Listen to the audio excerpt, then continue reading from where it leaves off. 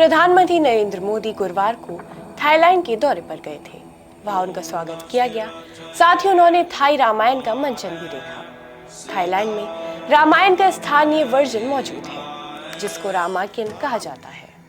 6 अप्रैल यानी रविवार को रामनवमी भी है। ऐसे में आज की वीडियो में हम आपको बताएंगे कि दुनिया के विभिन्न हिस्सों में राम कथा किन रूपों में चलन में है और लोकप्रिय है। आप देख रहे हैं आवाज द वॉइस और मैं हूं आपके साथ अमीना माजिद।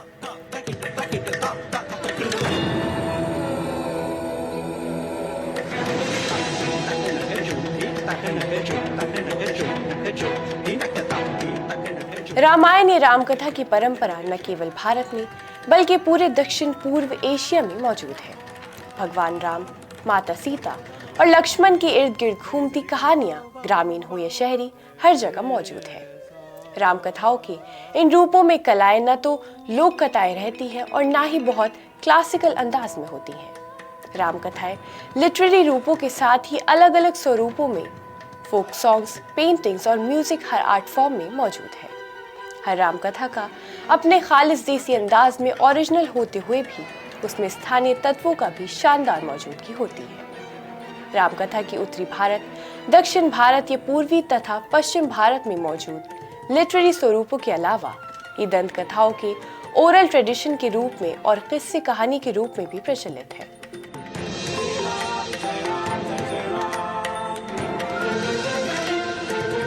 भगवान श्री राम की कहानी स्थानीय रिवाजों, उत्सवों, फोक सॉन्ग, थिएटर, फोक कठपुतलियां और तमाम कला रूपों में समाई हुई है।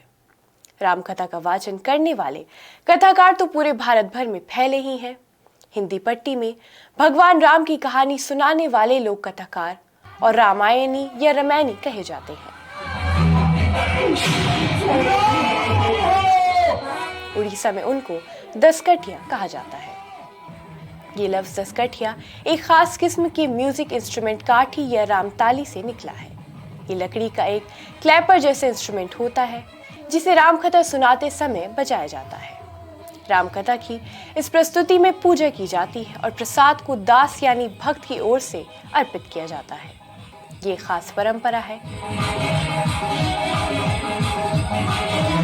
इसके साथ ही बंगाल में कथाक और पंची, मणिपुर में वारी लीप, असम में खोंगजोम और ओझापाली, मैसूर में वीरागासी लोक नृत्य, केरल में भारत भट्टा और आंध्र में कथा कुडूस प्रमुख है।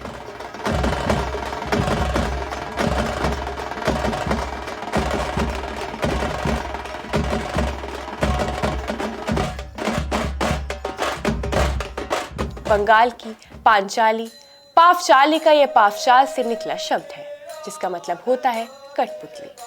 मणिपुर की वारी लिब्बा परंपरा में सिर्फ वोकल सिंगिंग का इस्तेमाल होता है और इसमें व्यास आसन पर बैठा गायन किसी वाद्य की बजाय तकिए के इस्तेमाल से रामकथा गाकर सुनाता है। असम के ओझपल्ली में एक अगुआ होता है जिसे ओझा कहते हैं। उसके साथ साथ 4-5 और गायन होते हैं और मृदंग आदि के वादन के जरिए रामकथा कहते हैं।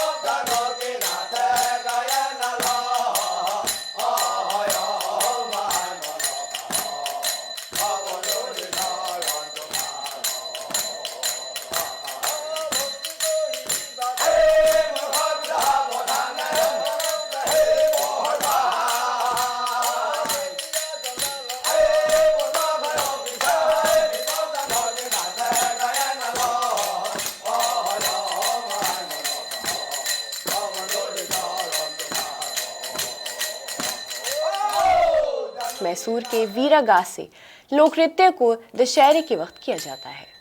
मेवात के मुस्लिम जोगी भी राम की कहानी के इर्द गिर्द रचे गए लोकगीत गाते हैं और उन रचनाओं की रचयिता थे निजामत मेव।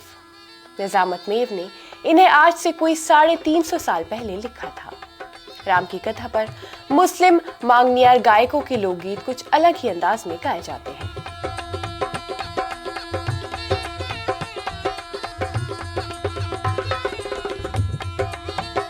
रामकथा के जनजातीय समाज के भी अलग वर्जन है। भीलो, मुंडा, संताल, गोंड, सौरा, कोरकू, राभा, बोडो कछारी, खासी, मीजो और मैती समुदाय में राम की कथा की अलग वर्जन मौजूद है।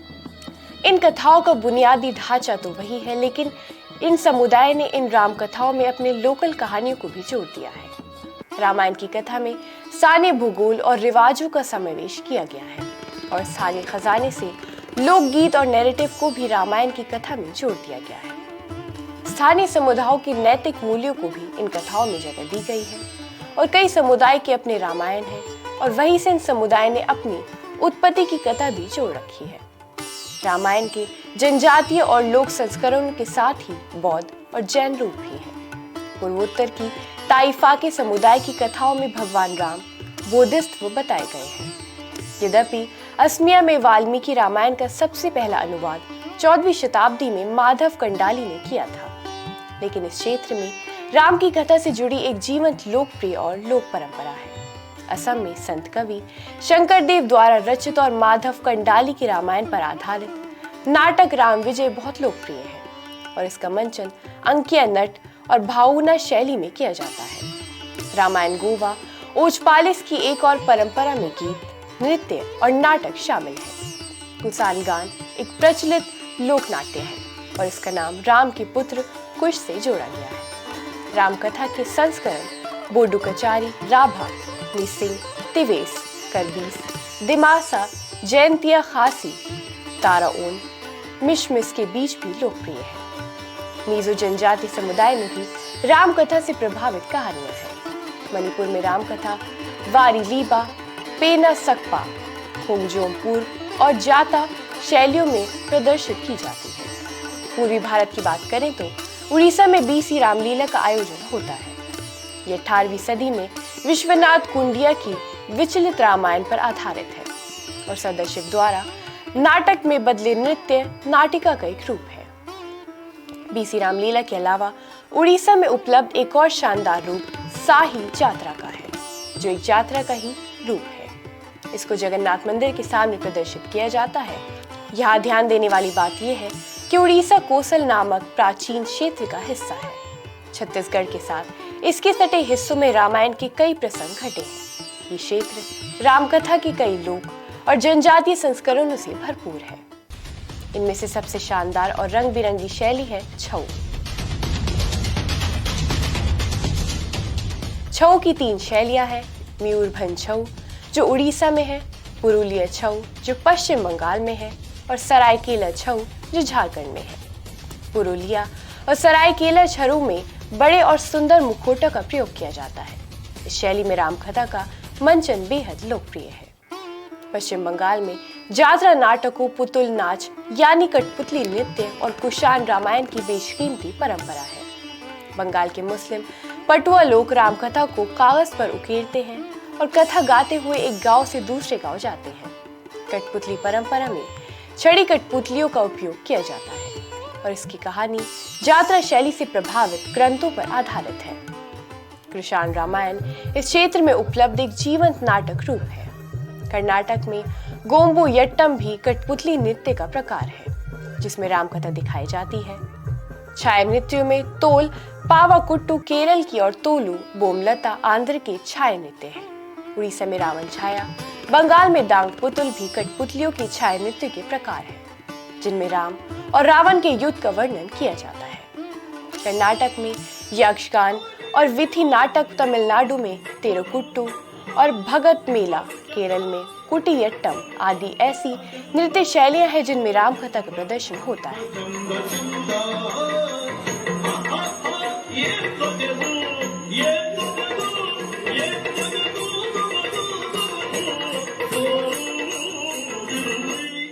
आज कथकली काफी मशहूर है, लेकिन 7वीं सदी में इसकी जब शुरुआत हुई तो इसका नाम रामनट्टम यानी राम की कथा ही था। उत्तर प्रदेश में नौटंकी, महाराष्ट्र में तमाशा और गुजरात में भव्य लोकनाट्य रूप है, जिनमें राम कथाओं का मंचन किया जाता है।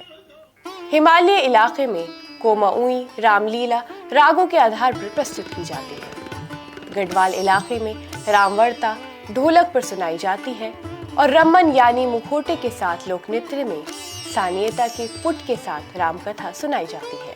हिमाचल में ढोल धमाओं में रामायणी गाई जाती है। गद्दी रमीन, कांगड़ा में बार लाज, शिमला में छड़ी, कुल्लू रामायणी, लाहौल में रामकथा रामायण की कहानी की स्थानीयता की कुछ एक मिसालें हैं। सबसे अद्भुत बात यह है कि राम को भी नायक, अवतार, खाना बदोश, सांस्कृतिक नायक और राजा के रूप में तो पेश किया ही जाता है।